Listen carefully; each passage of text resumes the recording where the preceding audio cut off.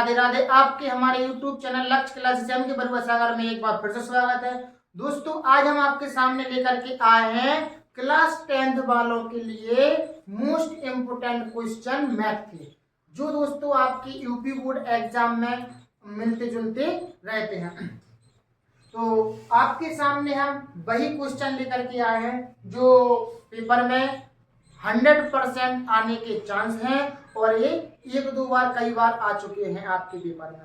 तो आज हम देखेंगे कि किस तरीके से हम ये सवाल को लगाएंगे। दोस्तों वीडियो शुरू करने से पहले यदि आप हमारे YouTube चैनल पर पहली बार वीडियो देख रहे हैं और आपने अभी तक हमारे YouTube चैनल को सब्सक्राइब ना किया है तो सब्सक्राइब जरूर करिएगा और बेल आइकन घंटी दबा दीजिए, जिससे कि जब भी मैं आपके लिए वीडियो लाऊं तो आपके पास सबसे पहले नोटिफिकेशन पहुंचे और आपकी कोई भी वीडियो मिस ना होने पाए।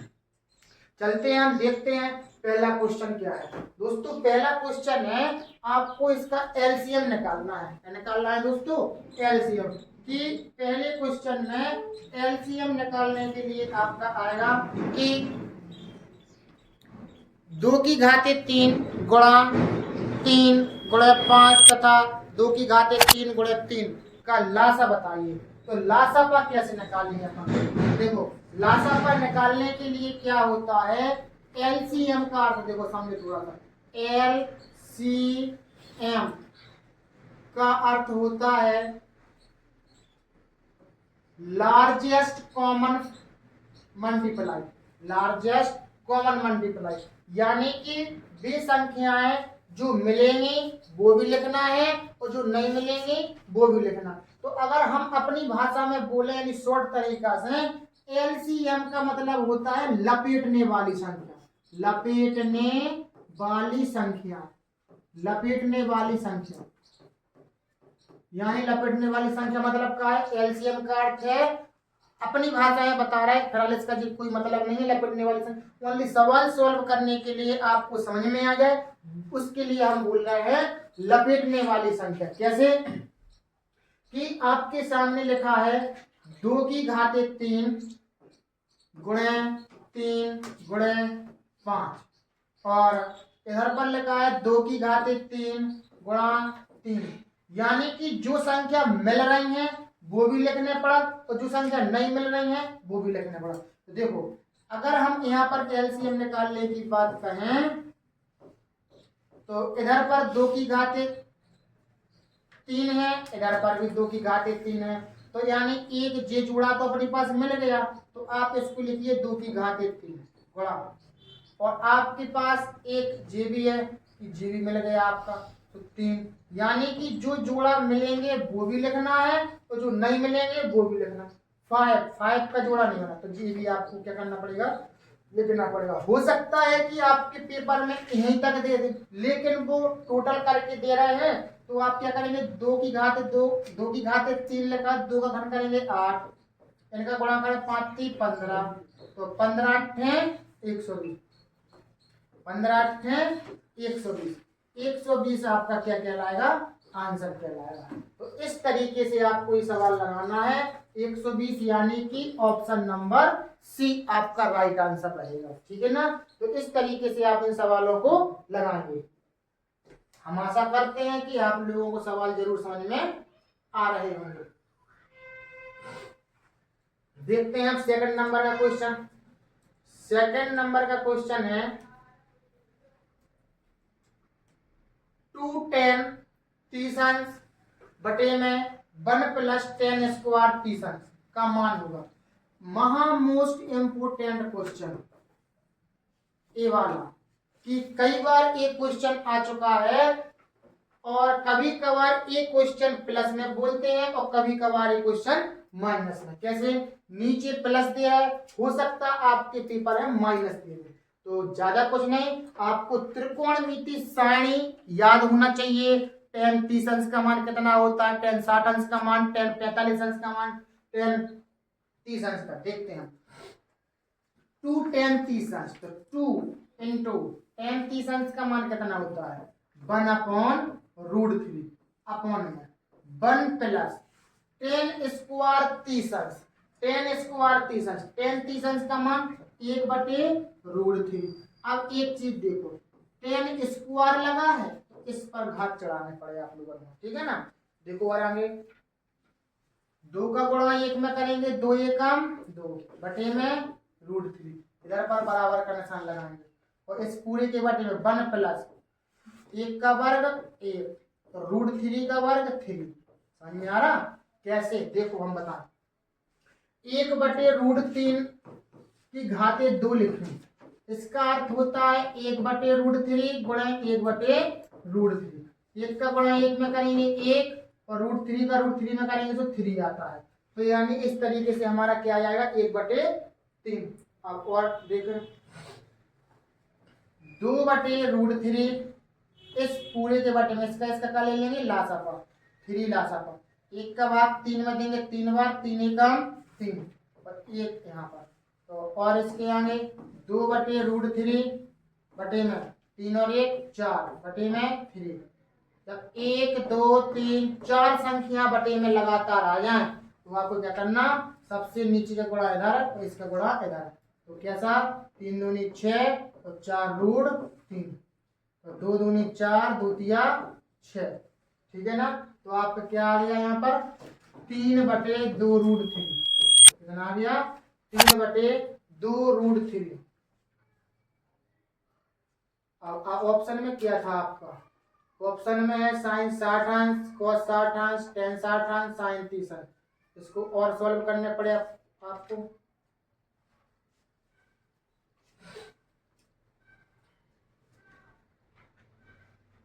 ऐसा करें √3 का ऊपर नीचे यदि हम गुणा कर दें, √3 का ऊपर नीचे गुणा करो, परिमीकरण कर दो √3 का, तो अपने पास क्या बन जाएगा 3√3 क्या बन जाएगा 3√3 और बटे में √3 का √3 में गुणा करेंगे तो 3 आ जाएगा। कितना आ जाएगा 3, 3 से 3 कट गया, क्या बचा √3 बटे 2।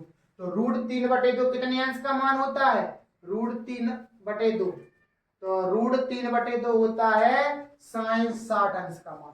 कितना होता है साइन 60 अंश का मान। कॉस 60 का अगर हम कहें तो 1 बटे 2 होता है, साइन 60 का मान कहें तो √3 होता है, साइन 30 का मान कहें तो 1 बटे 2 होता है। तो अपने पास साइन 60 अंश का मान होता है √3 बटे 2। देखो यही आंसर अपना निकल करके आया है √3 बटे 2। तो हम √3 बटे 2 को हम क्या लिख सकते हैं साइन 60 अंश, क्या लिख सकते हैं साइन 60 अंश। ये आपका आंसर रहेगा। इस तरीके से आपको सवाल लगाना है।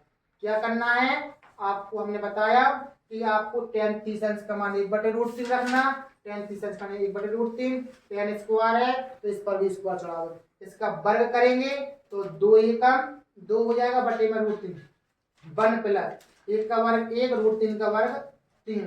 अब इसके नीचे 2 बटे √3 जो करते हैं इसका अपन ने लास्ट ले लिया 3 तो 3 एकम 3 प्लस में 3 से 3 कट गया 1 बचा 3 और 1 4 बटे। जब 4 संख्या है सबसे नीचे का ऊपर तो दूसरी का तीसरे में गुणा 3 दूनी 6 बटे में 4 √3 2 दूनी 4 2 3 3 बटे 2 और √3 है। √3 का क्या कर दो परिमीकरण करना पड़ता है। √3 का परिमीकरण का मतलब होता है ऊपर नीचे गुणा, तो 3 √3 ऊपर होगा, √3 का √3 में करेंगे तो 3 दूतिया मतलब 2 गुणा 3 हो जाएंगे, 3 से 3 कट गए आपके √3 बटे 2। √3 बटे 2 कितने अंश का मान होता है साइन 60 अंश का। बस बच्चे यहीं फंस जाते हैं। अब जी तो आंसर आ नहीं रहा है, हमारा आंसर आ रहा है √3 बटे 2, लेकिन ऑप्शन में मैच करो कि साइन 60 अंश का मान तो √3 बटे 2 होता है, तो इसको हम ए लिख सकते हैं। ठीक, अगला क्वेश्चन तीसरे नंबर पर। अगला क्वेश्चन है यदि 5, 10, 15, 8, 20, 35 और 40 का समांतर माध्य 21 हो तो आर का मान ज्ञात करो। दोस्तों ये सवाल आपको 100% पेपर में देखने के लिए मिलेगा।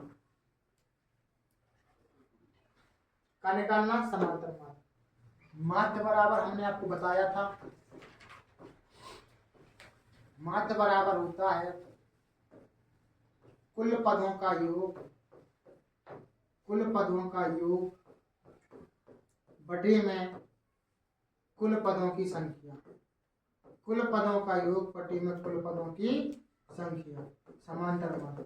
अब बहुत सारे बच्चे कहेंगे किसको किसको जोड़ना पड़ता है। देखो वे कह रहे हैं, कुछ लोग तो इस 21 को भी जोड़ देते हैं कि भैया यह संख्या है। सवाल को पढ़ो ध्यान से। यदि 5, 10, 15, 8, 20, 35 और 40 का समांतर माध्य 21 है। कितना है? 21 है। तो अब क्या करना है? आर का मान ज्ञात करना है। आर का मान ज्ञात करना है, आर का। तो कैसे निकालेंगे? समांतर माध्य यानी कि इसका माध्य का मान कितना दर 21 रख दो। 21 बराबर कुल पदों का योग मतलब क्या होता है? 5 + 10 + 15 + आर + 20 + 35 + 40 बटे में कितनी संख्या हो गई? ये गिन लो। 1 2 3 4 5 6 7 संख्या हैं। तो ये बटे में लिखेंगे 7। अब इस 7 का गुणा करेंगे इसमें, इधर पर 21 में। 7 एकम 7, 7 दूनी 14, 147 बराबर जोड़ो। 5 10 15, 15 15 30, 30 20 50, 50 40 कितने हुए? 90, 90 और 35 कितने हुए? 125। कितने हो गए? 125। तो प्लस में रहेगा जी आर। कुछ लोग इनको क्या कर देते हैं? आर को कैसे लिखते हैं? देखो हम क्या बताएं। कुछ लोग ऐसे लिखते हैं, ऐसे लिख दी सर हमारा काम हो गया। बहुत लोग जी गलती करते हैं और उनका आंसर नहीं आता। तो दिक्कत नहीं करना है, अपन को बीच में क्या करना है? प्लस लगाना है। क्या करना है? प्लस। जोड़ने का मतलब होता है प्लस करो, यानी 125 प्लस में आर। 125 को इसे पक्षांतर करो। 125 को पक्षांतर करेंगे तो 147 माइनस के 125 बराबर में आर।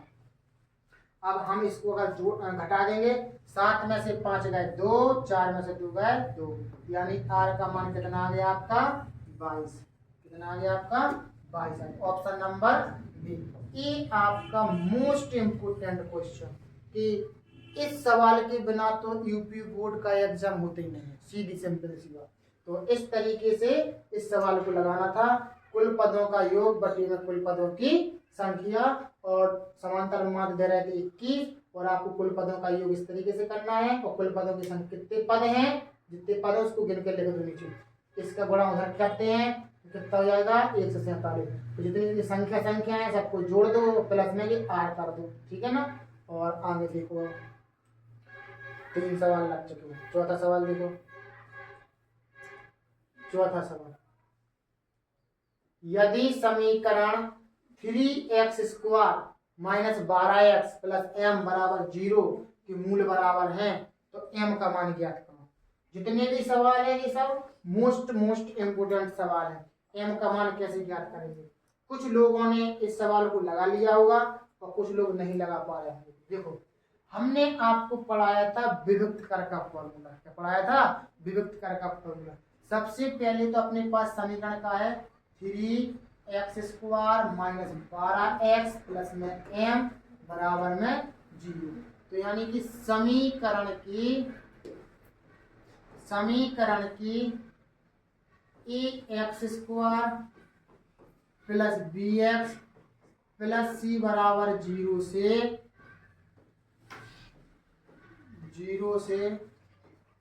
तुलना करने पर समीकरण की ax² plus bx plus c बराबर 0 से तुलना करने पर। अब पहले तुलना करें। कैसे करते तुलना? x² वाला पद जी है तो x² वाला पद इधर लिख देते हैं। इधर x² संख्या का है a तो a लिखो, इधर x² संख्या का है 3 से 3 लिखो, यानी गुणांक a का मान आ गया 3। x संख्या का है b तो b, इधर x गुणा कितना? माइनस की, जो माइनस चिन्ह जरूर लेना, ध्यान रखना। अगर माइनस की संख्या तो माइनस लेना और प्लस की संख्या तो प्लस लेना। और c बराबर अचर पद यहाँ है भैया आपका। अब जीत हो गया। अब विभक्त कर का फॉर्मूला, विभक्त कर यानी कि d बराबर का होता b² माइनस 4ac। d बराबर b² माइनस 4ac, जी आपका विभक्त कर का फॉर्मूला होता है। इसके बाद जब m का मान निकालने के लिए क्या है, जब मूल बराबर का है तो आपको d का मान का करना है 0 मान है, b का मान रखो -12, 4 गुणा a का मान है 3, c का मान है m, सब गुणा में है 4 गुणा a गुणा c। करो इसको सॉल्व कैसे, 0 बराबर माइनस का वर्ग करेंगे प्लस और 12 का वर्ग करेंगे 144 माइनस 4 3 12, इनका गुणा करेंगे 12 माइनस के 12 में इसको इसे पक्षांतर करेंगे तो प्लस के 12 आपकी आ जाएंगे, बराबर में कितना है 144, 12 से काट देंगे 144, 12 12 कटेंगे तो m की वैल्यू कितनी आ गई आपकी 12 है, m की वैल्यू कितनी आ गई 12, ये आपका आंसर रहेगा। अब हम देखेंगे इसके ऑप्शन कौन सा मैच कर रहा है, ऑप्शन नंबर 12 है यानी कि डी, ऑप्शन नंबर डी यानी कि आपका 12 आंसर आ गया है। दोस्तों बहुत सिंपल सवाल है, बहुत अच्छा सवाल है कि विभक्त कर का फॉर्मूला लगाइए d बराबर 20 पर माइनस कुर्सी और तुलना करके आपको समीकरण की तुलना करना है और तुलना करके आपको पता करना है d बराबर 20 पर माइनस 4ac की m का मान क्या है। दोस्तों वीडियो को लाइक जरूर कर दीजिएगा क्योंकि हम आपसे कुछ नहीं मांगते, सिर्फ आप वीडियो को लाइक कर दीजिए और आप अच्छे सवाल अपने समझिए और लगाते चलिए। तो अगर आपको सवाल उतारना है थोड़ी वीडियो को आप रोक सकते हैं और आप अपना सवाल को उतार सकते हैं। अब चलते हैं अगले नेक्स्ट सवाल पर, आपका 5 नंबर का सवाल। 5 नंबर का सवाल है यदि x² माइनस 1/9 बराबर 0 है तो x का मान ज्ञात करो। बहुत सरल सवाल है, देखो कैसे लगाएंगे अपन लोग। सवाल है x² माइनस 1/9, x² माइनस 1/9 बराबर 0, 1/9 को हम पक्षांतर करेंगे तो x² बराबर माइनस की 1/9 है तो प्लस का 1/9 हो जाएगा। अब सिंपल सी बात, वर्ग चढ़ा है, वर्ग हटाएंगे तो इस साइड अपना रूट आ जाता है, जब रूट आ जाता है बाहर निकालेंगे संख्याओं को तो क्या हो जाएगा 1 का वर्गमूल 1 और 9 का वर्गमूल 3, या रूट से बाहर निकाल दो तो प्लस और माइनस, ये आपका आंसर आ जाएगा प्लस माइनस की 1/3, प्लस माइनस की 1/3। दोस्तों बहुत सिंपल सवाल है और बहुत लोगों ने लगा भी लिया है सवाल। ठीक, 6वां नंबर का सवाल देखेंगे हम आप, 6वें नंबर का सवाल। और ऐसे ही सवाल हमने कल भी आप लोगों को बताया था कि इसको हम कैसे करेंगे। देखो 1 को आप इस साइड पक्षांतर करके लाएंगे, पहले तो समीकरण लिख लो उधर पर, 2x² प्लस 1 बराबर 33, तो क्या करेंगे 1 को पक्षांतर कर देंगे, 2x² बराबर में 33 माइनस के 1, प्लस का 1 है इस साइड आएगा तो क्या हो जाएगा माइनस का, 2x² बराबर 33 में से 1 गया 32, इसको काट देंगे कितनी बार जाएगा 16 बार, कितनी बार 16 बार, और x² बराबर 16, वर्ग हटा देंगे इस पर क्या आ जाएगा आपका रूट, रूट से बाहर हम संख्या निकालेंगे तो प्लस माइनस 4 निकलेगा आपका, प्लस माइनस 4। देखो प्लस का भी 4 आ रहा, माइनस का भी 4 आ रहा, प्लस माइनस 3 आ रहा और प्लस माइनस 4। ध्यान रखना सब लोगों का क्वेश्चन गलत होने की संभावना हो जाती है, कैसे कि 16 का वर्गमूल 4, तो भैया 4 पर टिक करके आ जाते हैं, लेकिन जब रूट से बाहर संख्या निकलती है तो प्लस और माइनस दोनों की संख्या निकलती है, इसलिए हमारा ऑप्शन नंबर डी रहेगा। ये ऑब्जेक्टिव टाइप क्वेश्चन है और नहीं तो ये गलत हो जाएगा आपका, ठीक है ना, ध्यान से थोड़ा आप करना। 7वें नंबर का सवाल देखो,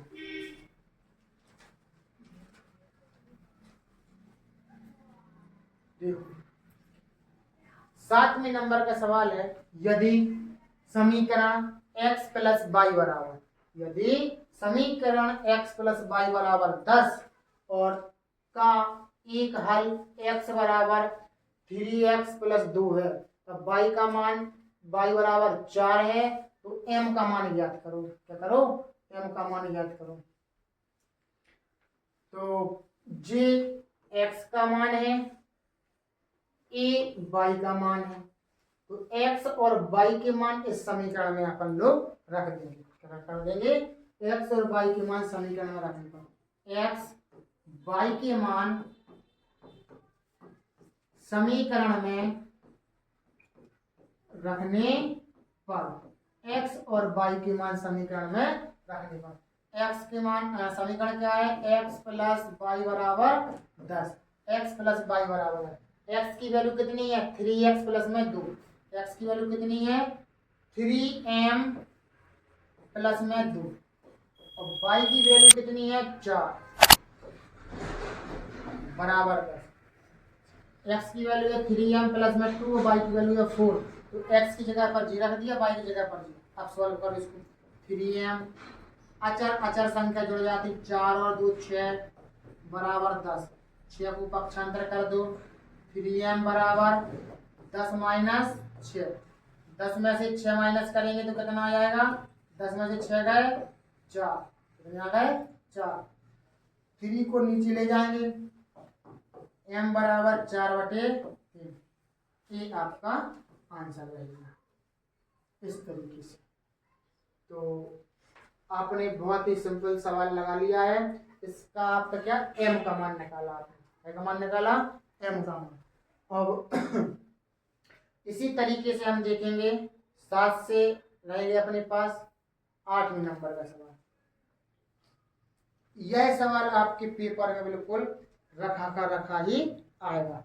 आपको आ गया होगा ये सवाल कि cos a बराबर √3/2। cos a बराबर √3/2 हो तो sin 2a का मान ज्ञात करिए। क्या करिए? sin 2a का मान। कुछ नहीं करना है, आप इसके त्रिभुज बनाइए, त्रिभुज बना करके तीनों भुजाएं निकालिए और sin 2a का मान आप निकालिए। देखो cos a बराबर √3/2। तो लाल बटे कक्का कल हमने बताया था आपको। cos थीटा बराबर क्या होता है? आधार बटे कर्ण। आधार का मान √3, कर्ण का मान 2 होता है। अब आप एक छोटा सा त्रिभुज बनाएंगे, समकोण त्रिभुज। और थीटा कोण कितना है? ये तो ए इधर मान लिया, ए बी और सी। अब आधार कितना है आपका? √3। कर्ण कितना है? 2। लंब आपको निकालना है। हमने कल बताया था आपको कि कैसे करेंगे। त्रिभुज एबीसी में पाइथागोरस प्रमेय द्वारा पाइथागोरस प्रमेय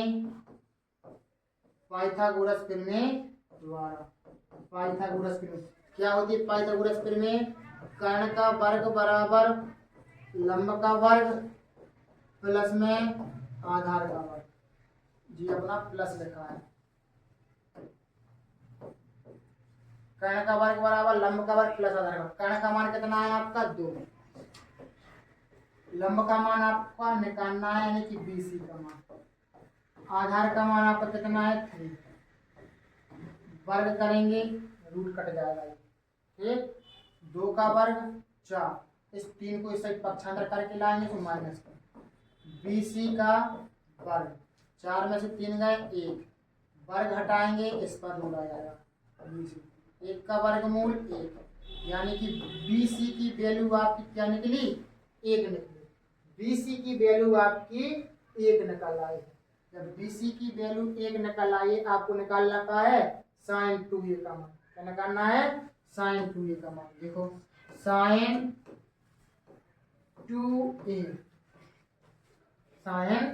2a का मान निकालना है। तो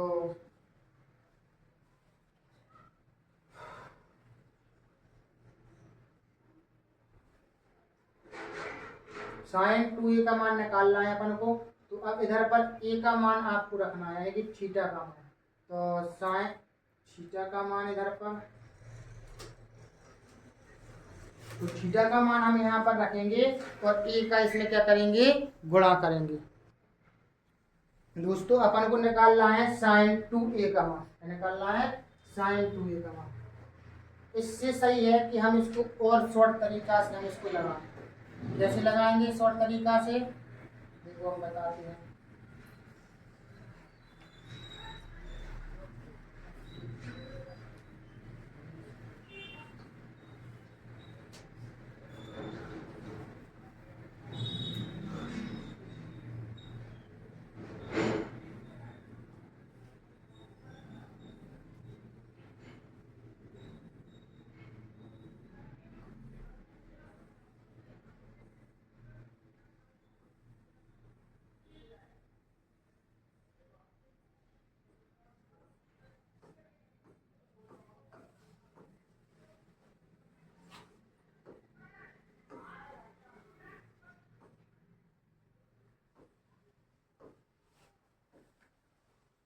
इसको हम डायरेक्ट करेंगे, वैसे तो अपनी भुजाएं निकलेंगी, इसमें अपन को चाहिए sin 2a का मान चाहिए, तो इसलिए वो सवाल वैसा नहीं हो सकता। तो cos a बराबर √3/2 सरल सवाल है। हमें a का मान चाहिए, हमें काय को मान चाहिए, a का मान। तो कैसे निकालेंगे? cos में देखो √3/2 कितने अंश का मान हो, cos का कितने अंश का मान √3/2 हो, है पता किसी को? तो cos 60 अंश का मान, कितने अंश का मान? cos 60 अंश का, यानी √3/2 हम लिख सकते हैं cos 60 अंश लिख सकते हैं। cos से cos काट देंगे, a बराबर कितना आ जाएगा? 60। कितना आ जाएगा? 60 अंश। अब हमें काय का मान चाहिए? sin 2a का मान चाहिए, बस a का मान रख दो, कितना? 60 अंश। तो sin 2 गुणे 60 अंश, 60 अंश, तो sin 60 दूनी 120, sin 120 अंश का मान। अब सारणी में तो 120 अंश का मान होता नहीं, अब फिर दिक्कत वाली दिक्कत है इधर पर, तो कोई दिक्कत नहीं, 90 प्लस थीटा से हम कर सकते हैं। तो sin 120 को क्या लिख सकते हैं? 90 प्लस 30 अंश, क्या लिख सकते हैं? 90 प्लस 30 अंश। तो sin 90 प्लस थीटा बराबर क्या होता?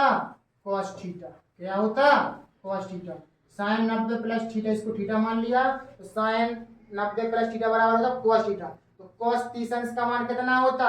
cos 30 अंश का मान कितना होता अपना बताए? cos 30 अंश का मान कितना होता है? cos 30 अंश का मान होता है √3/2। cos 30 अंश का मान होता है √3/2। तो इस तरीके से अपने पास sin 2a का मान कितना आ जाएगा? √3/2। अगर कोई तुक्का भी लगाएगा कि cos a बराबर √3/2 तो sin 2a का मान क्या होगा? तो यह √3/2 ही निकलेगा, ठीक है ना? तो इस तरीके से अपना एक cos 30 अंश का मान यानी √3/2 हो जाएगा, यानी 8 नंबर का आंसर रहेगा ए ऑप्शन, ठीक। तो इस तरीके से आपका इस सवाल लगेगा। अब देखो आपका सवाल है, अब एक धातु के ठोस गोले का व्यास 6 सेंटीमीटर है। एक धातु के ठोस गोले का व्यास 6 सेंटीमीटर है। इस गोले को पिघलाकर एक समान आकार का तार बनाया गया है। यदि तार की लंबाई 36 सेंटीमीटर है तो तार का व्यास ज्ञात कीजिए। समझिए थोड़ा सा, एक धातु के ठोस गोले का व्यास, यानी कि कोई एक गोला है, जैसा कैसा है ये अपने पास गोला, इसको हम तार बना रहे हैं। तार का मतलब है, तार तो भैया ऐसे बनेगा ना अपने पास जी, तो जी का क्या बन गई है तार, पतला तार भी हो सकता, मोटा तार भी हो सकता, तो जी अपने पास बनेगी बेलन। क्या बन गई अपने पास? बेलन। तो भी क्या है, एक धातु के ठोस गोले का व्यास, इसका व्यास दे रहा है अपन को कितना? 6 सेंटीमीटर दे रहा है, 6 सेंटीमीटर। तो इस गोले को पिघला करके वो एक समान आकार का तार बनाया गया है, जिस तार की लंबाई, इसकी लंबाई का मतलब क्या होता है? ऊंचाई, यानी कि 36 सेंटीमीटर की ऊंचाई है। तो तार का व्यास ज्ञात करो। व्यास कैसे ज्ञात करें? इस तार की त्रिज्या निकाल लो, त्रिज्या का दोगुना कर देना, तो व्यास बन जाएगा। अब अगर मान लो 6 किलो का गोला है, हमने इसको पिघला कर उतनी कोई वजन की बेलन बना दी, मतलब तार बना दिया, तो इनका आयतन क्या होगा? बराबर होगा। क्या होगा? बराबर। यानी कि ये व्यास दे रहे हैं तो गोले का व्यास समझे थोड़ा सा, गोले का व्यास क्या दे रहा है अपन को 6 सेंटीमीटर। तो व्यास बराबर क्या होगा 2 गुणे आर यानी 6 सेंटीमीटर। दूसरा काट दो, 2 तिया 6। आर की वैल्यू कितनी आ गई 3 सेंटीमीटर की गोला की। और इस बेलन की ऊंचाई क्या आएगी 36 सेंटीमीटर। कितनी है 36 सेंटीमीटर। और अपन को निकालने का है 36 सेंटीमीटर ऊंचाई है, अपन को त्रिज्या निकालना है। पहले तो क्या निकालना है त्रिज्या।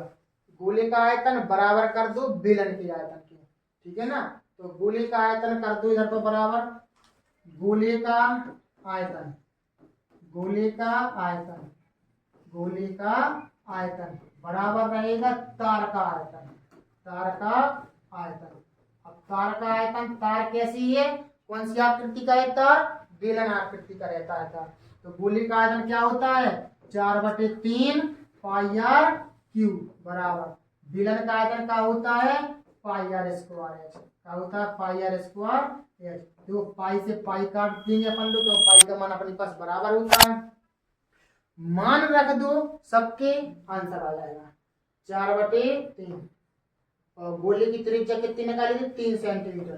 तो 3 गुणे 3 गुणे 3, क्यों 3 बार, क्योंकि आर क्यू है 3 घात है। आर स्क्वायर एच का मान कितना है 36, 3 से 3 कट गया, काट दो 4 9 36। इस 9 से काट देंगे 3 3 का 9 एक बार, तो 1। आर स्क्वायर बराबर कितना आ गया 1। तो वर्ग चढ़ा दो इस पर, रूट चढ़ा दो तो आर बराबर 1 आ जाएगा अपने पास। आर की वैल्यू कितनी आ जाएगी 1। आर की वैल्यू अपने पास आ जाएगी 1। आर की वैल्यू 1 आ जाएगी। हमें निकालने का है तार का व्यास। ये जो तार का निकलेगा है त्रिज्या, तो तार का व्यास बराबर क्या हो जाएगा, तार का व्यास, तार का व्यास बराबर हो जाएगा 2 गुणे आर, यानी कि 2 गुणे 1, 2 एकम 2 सेंटीमीटर। आपका क्या रहेगा आंसर रहेगा 2 सेंटीमीटर। आपका क्या रहेगा आंसर, मैच कर रहा 2 सेंटीमीटर। 2 सेंटीमीटर है आपका ए नंबर पर। ठीक, इस तरीके से आपको सवाल लगाना। देखो कोई सी भी आकृति हो, कोई भी वस्तु हो, उसको पिघला के किसी दूसरी वस्तु में दूसरी वस्तु बना रहे हैं तो उनका आयतन बराबर कर दो, आंसर आ जाएगा। जो देख लो किसकी किसका क्या मान दे रहा है और किसका क्या मान निकालना है। बस इतनी चीज आपको याद रखना है और आपका आंसर हो जाएगा। अब देखो 10 नंबर का सवाल, 10 नंबर का सवाल, 10 नंबर का सवाल है आपका। एक थैले में एक लाल गेंद है, एक नीली गेंद है। क्या है, अपने एक थैले में एक लाल गेंद है, एक नीली गेंद है, एक पीली गेंद भी है। सभी गेंद देखो सभी गेंदें एक साइज की हैं। कृतिका एक लड़की का नाम है, बिना थैले के अंदर झांके यदि इसमें से एक गेंद या छिद्रता निकालती है तो इसकी प्रायिकता ज्ञात कीजिए कि गेंद पीली, गेंद पीली होगी। क्या होगी, गेंद पीली। समझे अब थोड़ी सी बात, क्या करें, सबसे पहले तो प्रायिकता ज्ञात करना है। तो सबसे पहले जो देखो उस थैले में कितनी गेंद है, तो अपन कहते हैं उसको कुल परिणाम। क्या बोलते हैं, कुल परिणाम। कुल परिणाम कितनी बनेगी, एक थैले में एक लाल गेंद है, एक नीली गेंद है, एक पीली गेंद है। तो सभी गेंदें एक ही साइज की हैं, तो एक एक गेंद डाल रहे। तो एक लाल गेंद, एक नीली गेंद, एक पीली गेंद। तो टोटल गेंदें कितनी हो गई अपने पास, 3 गेंदें। कितनी हो गई, 3 गेंदें। यानी कुल परिणाम निकले 3। कृतिका बिना थैले के अंदर झांके यदि इसमें से एक गेंद निकालती है, वो गेंद है, इसकी प्रायिकता क्या हुई कि वह गेंद पीली है। कौन सी है, पीली है। तो भैया पीली गेंदों की संख्या कितनी थी अपने पास, पीली गेंदों की संख्या, पीली गेंदों की संख्या एक गेंद थी। कितनी गेंद थी, एक गेंद थी। तो पीली गेंद कितनी थी अपने पास, एक गेंद थी। अब प्रायिकता का फॉर्मूला हमने आपको बताया था। प्रायिकता, प्रायिकता बराबर अनुकूल परिणाम। अनुकूल परिणाम का अर्थ होता है जो चीज हमें निकालनी है, अनुकूल परिणाम बटे में कुल परिणाम, अनुकूल परिणाम बटे में कुल परिणाम, अनुकूल परिणाम बटे में कुल परिणाम। तो अनुकूल परिणाम यानी क्या, पीली गेंद निकालना है तो एक आएगा ऊपर, एक गेंद है पीली गेंद, और कुल परिणाम कितना है 3, तो बस 1/3 आपका क्या कहलाएगा, आंसर कहलाएगा। 1/3 आपका क्या कहलाएगा, आंसर। प्रायिकता का भी आपके पेपर में सवाल आ सकता है। दोस्तों बहुत अच्छे से आपने यहाँ 10 सवाल लगाए हैं, और भी हैं आपके सवाल, यानी कि 11 नंबर का सवाल। अब 11 नंबर का सवाल ये रहेगा आपका क्या, होमवर्क में। क्या रहेगा दोस्तों, होमवर्क में। और इसके आगे कल हम और सवाल लगाएंगे 10 सवालों के आगे। दोस्तों आज की वीडियो कैसी लगी, आपको अच्छी लगी हो तो लाइक शेयर कमेंट कर दीजिएगा, और यदि आप हमारे यूट्यूब चैनल पर पहली बार वीडियो देख रहे हैं तो आपने अभी तक यदि सब्सक्राइब ना किया तो सब्सक्राइब जरूर करिएगा, बेल आइकन घंटी दबा दीजिए, जिससे कि जब भी मैं आपके लिए वीडियो लाऊं तो आपके पास सबसे पहले नोटिफिकेशन पहुंचे और आपकी कोई भी वीडियो मिस ना होने पाए। दोस्तों आपको हम मैथ के सवाल लगवा रहे थे, बहुत ही मोस्ट इम्पोर्टेंट क्वेश्चन सवाल, आपको बहुत अच्छे से समझ में आए होंगे, और इसी के जैसे हमने आपको मैथ के सवाल लगवाए मोस्ट इम्पोर्टेंट क्वेश्चन, इसी तरीके से हमने आपको हिंदी के भी कुछ लेखकों के जीवन परिचय करवाए हैं। यदि आपने वो वीडियो ना देखी हो तो वो जरूर देख लीजिएगा, जिससे कि आपकी हिंदी में भी 5 नंबर कवर हो सकते हैं। ठीक है ना दोस्तों, इस तरीके से बने रहिए हमारे साथ लक्ष्य क्लासेस के साथ।